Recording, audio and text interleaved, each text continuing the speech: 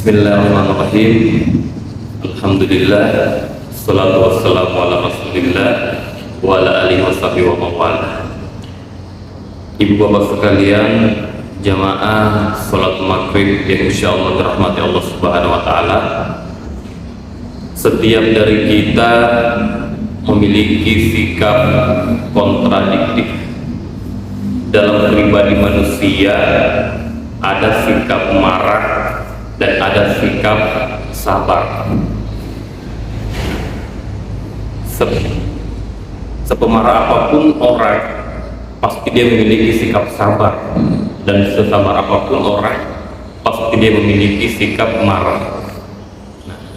Mana yang lebih dominan, dengan itulah orang memanggil kita. Kalau marahnya yang dominan, kita disebut pemarah. Kalau sabarnya yang dominan, kita disebut penyabar.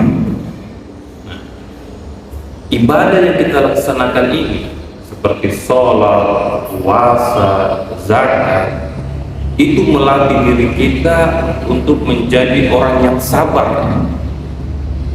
Bagaimana misalnya ketika Nabi bersabda, "As-siyamu junnatun", contoh bahwasanya yang namanya puasa itu adalah benteng, adalah perisai. Ketika kalian berpuasa, hendaklah jangan berkata kotor atau berbuat keji. Kalau misalnya ada orang yang ingin berkelahi denganmu, katakan, "Maaf, saya sedang berpuasa. Maaf, saya sedang berpuasa."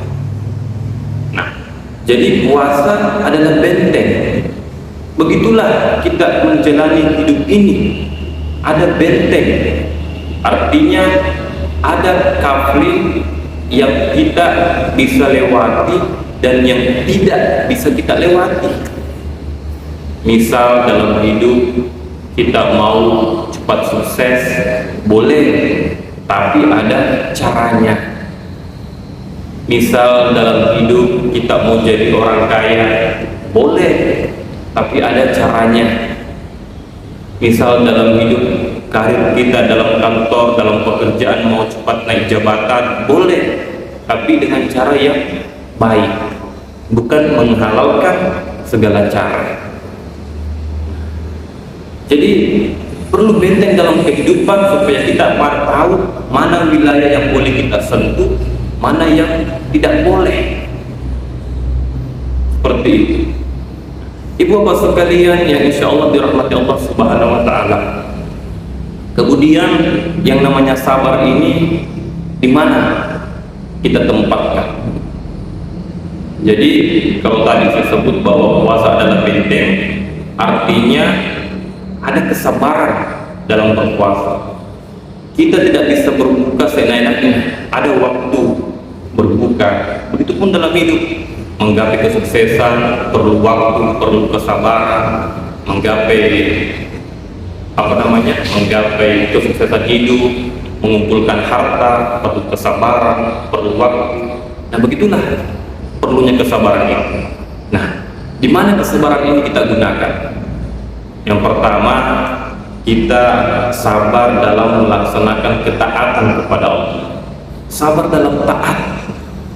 Jadi ketika kita mengikrarkan bahwa kita menjadi penyembah Allah, disitulah iblis mulai menggoda kita. Digoda kita supaya kita tidak melaksanakan ketaatan kepada Allah. Nah, kita ambil contoh bagaimana taatnya Nabi Ibrahim alaihissalam. Diuji kesabaran beliau dalam melaksanakan taat. Jika turun perintah bahwa Ibrahim sembelih putramu Ismail, seolah-olah Allah ingin berpesan bahwa Ibrahim, kau memang cinta kepada saya, tapi ketika lahir anakmu, muncul rasa cinta kepada anakmu, maka ada rasa cinta itu pergi ke anakmu, lari ke anakmu. Ayo buktikan Ibrahim, mana yang lebih kau cintai, saya atau anakmu Ismail? Sembelih anakmu Ismail. Nah, keluar perintah seperti itu, Ibrahim pun karena dengan taatnya kepada Allah, dia pun melaksanakan ketaatan itu dengan penuh rasa sabar. Karena bukan main, ibu bapak sekalian, anak Ibrahim itu Ismail alaihissalam lama dinantikan, lama ditunggu.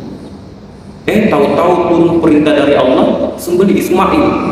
Bagaimana tidak kuatnya kesabaran daripada seorang Ibrahim ini untuk melaksanakan taat. Nah, ketika mau disembelih, iblis tidak tenang. Iblis tidak tinggal diam. Dia berusaha menggoda Ibrahim. Dia pergi ke Ibrahim.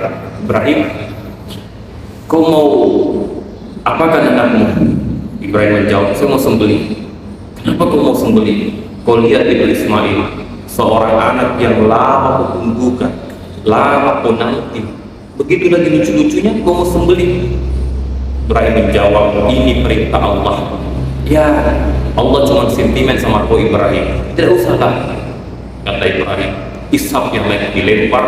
Ini perintah Allah, tiada urusan dengan kau iblis. Nah, si iblis gagal menggoda Ibrahim. Dia tidak tinggal diam, dia tidak menyerah. Dia pergi kepada istrinya Siti Hajar. Istri Hajar, kau tahu Ibrahim mau bawa kemana putramu? Siti Hajar bilang, tidak tahu. Dia mau sembelih. Kenapa mau disembelih? Katanya itu perintah Allah. Apa kata Hajar? Kalau itu perintah Allah, jangankan putra Ismail, aku pun rela disembelih. Begitu masih mau bicara iblis, dilempar iblis. Bisa piala, pergi kau lakukan terpuk. Gagal menggoda Siti Hajar. Ya. Jadi iblis tidak diam lagi. Gagal menggoda Ibrahim, istrinya, dia pergi ke Ismail kecil. Ismail, kau tahu kamu dibawa kemana ayam? Kau mau disembelih, kata Ismail. Kenapa mau disembelih? Katanya itu perintah Allah. Kata Ismail, kalau itu perintah Allah, saya ikhlas lahir batin, saya ikhlas zahir batin. Pergi kau, Ishak ini dilempar lagi iblis. Jadi gagal menggoda Ismail. Ibu bapak sekalian, beginilah iblis ini, tidak pernah diam dalam menghalangi ketaatan kita kepada Allah. Digoda suaminya kokoh, dia pergi ke istri. Digoda istrinya kokoh, dia pergi ke anak. Begitulah berputar dalam rumah tangga untuk menghalangi kita, menggoda salah satu dari kita supaya kita tidak taat kepada Allah Subhanahu wa taala.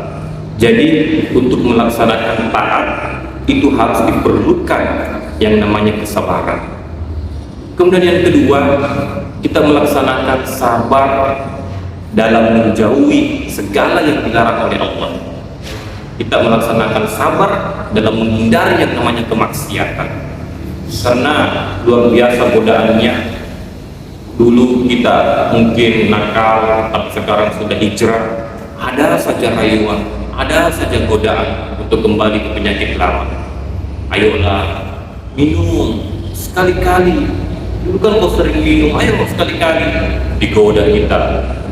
Ayolah main judi sekali-kali. Digoda, dirayu kita. Bagaimana supaya kita bisa kembali ke penyakit lama? Olehnya itu meninggalkan kemaksiatan, meninggalkan kemungkaran pun dibutuhkan kesabaran. Kemudian yang ketiga, sabar kita ketika menghadapi ujian, menghadapi cobaan dari Allah Subhanahu wa taala. Sabar dari menghadapi ujian. Yang namanya ujian ini bukan hanya dalam bentuk kesenangan, tapi ujian juga dalam bentuk kesusahan. Jadi ujian itu bukan hanya miskin kita ujian, kaya pun juga ujian. Bukan hanya sakit ujian, sehat pun juga ujian. Nah, dan ini butuh kesabaran. Ketika kita ditimpa bencana, kita kembalikan kepada Allah. Inna lillahi wa inna ilaihi raji'un. Bahwa segalanya dari Allah dan pasti akan kembali kepada Allah Subhanahu wa taala. Bapak sekalian yang insyaallah dirahmati Allah Subhanahu wa taala. Jadi yang namanya sabar ini tidak ada habisnya. Jadi pada situasi tertentu memang ada batasnya, Tapi tidak boleh kita mengatakan dalam hidup bahwa habislah sabar saya. Tidak boleh. Yang namanya sabar harus ada dalam sepanjang kehidupan kita ini. Harus ada dalam diri kita akhlak sabar ini. Tidak boleh kita mengatakan habislah sabar saya. Tidak. Nah, jadi yang namanya orang sabar tidak ada ruginya. Kita lihatlah tadi Ibrahim diuji oleh Allah, diuji kesabarannya untuk perintah menyembelih putranya. Apa yang terjadi? Apakah Ibrahim rugi? Tidak. Malah dengan buah kesabaran tersebut, Ismail digantikan oleh seekor kambing, seekor kambing kibas. Kemudian apa lagi?